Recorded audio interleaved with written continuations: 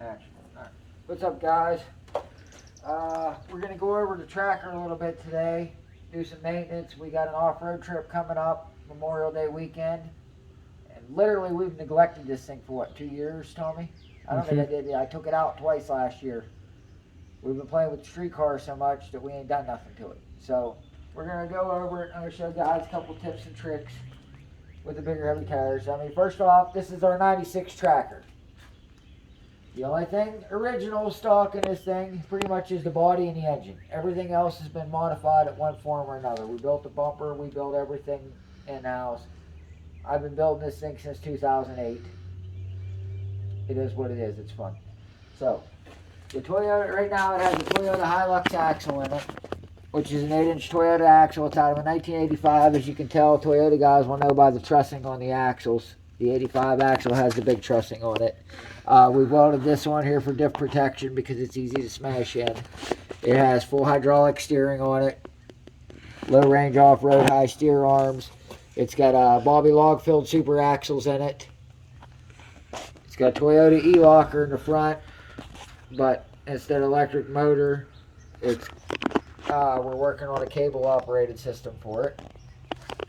First thing we're going to check is we drained the diff oil in this. It had a little bit of water in the oil, but this still looked like oil. It wasn't as bad as the rear axle. So you can see a little bit of water in there, but for the most part, it still looked like oil. So that's good. I know our rear axle, we're probably going to end up replacing all the bearings in because I let it set all winter long with water in it. That's my bad. We'll have to fix it. Come over here. First thing you want to check is your wheel bearings. About the easiest way to check wheel bearings on a big car is you're going to have it up off the ground. You can do this from the front of the car. Yeah. We're going to check the wheel bearings in this thing, though. It's the easiest way is with the tire off the ground so you can turn it. Grab the tire at the top and tilt it. Wiggle it. Okay, so see, I got a little bit of play there.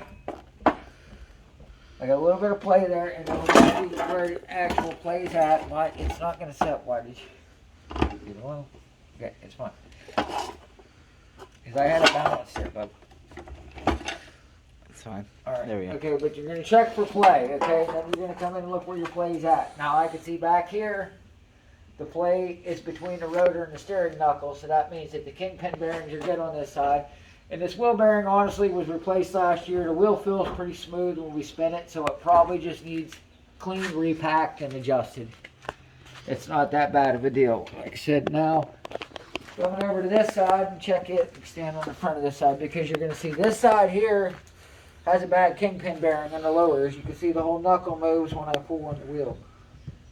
So that lower kingpin bearing's bad at the knuckle down here. There's a bearing on these Toyota axles on the closed knuckle and it's moving, so that means that's a bad kingpin bearing. We're going to have to change that.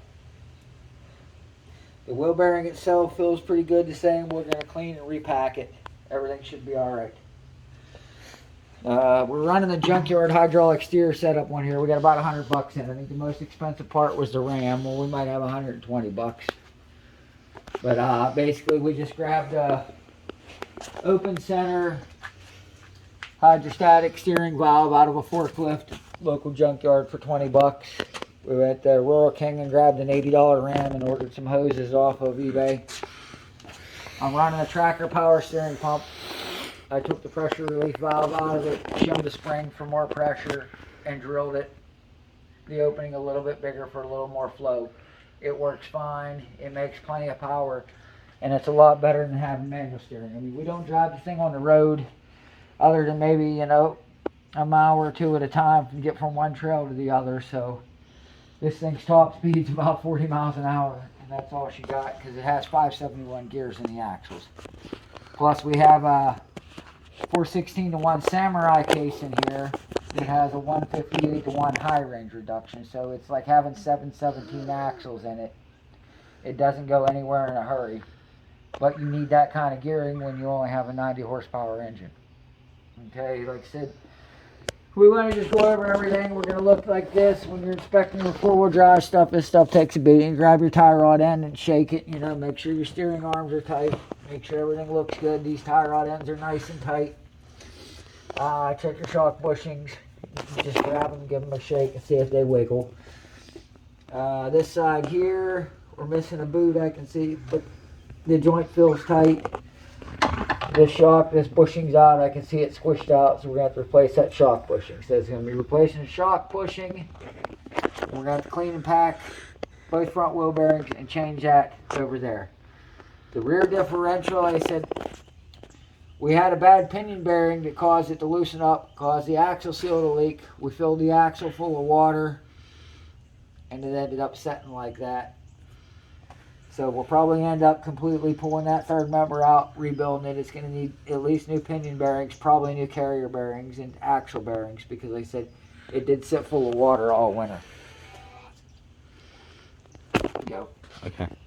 All right, yeah, so I mean, everything looks good other than changing on a couple things. Obviously, I think our air filter needs changed. Or cleaned or something. You think? Not, I mean, yeah, it was actually, as you can see, it was getting mud through on the inside, yeah. It's probably not good on it. Maybe not. I don't know. It is a Suzuki motor. They're pretty stout. So we're going to clean that. We're going to have to replace the second battery because I don't think it's holding anything. That looks pretty. Well, the battery itself's not Rusted. holding the charge, so the rust And doesn't really corroded matter. on the terminal, so The the battery's not battery. holding the charge. Which is up working. I fixed this the other day that I knocked off. This is probably going to be our last. How'd you knock the winch off? Pushing a scrap car onto the trailer. Okay. I mean, it's probably going to be the last year for this buggy. The body's getting pretty much stretched on it. And I want to bring the stretch wheelbase Samurai back.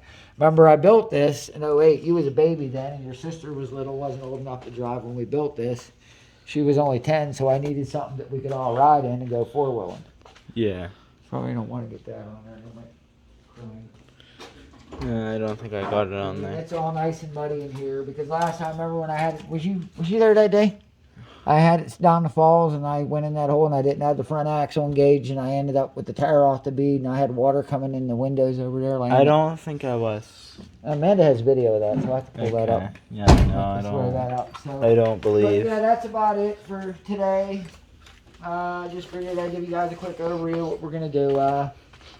When I get it pulled out, I'll show you how to check these, how to clean and repack these wheel bearings and get it back together. So till then, we'll catch you later.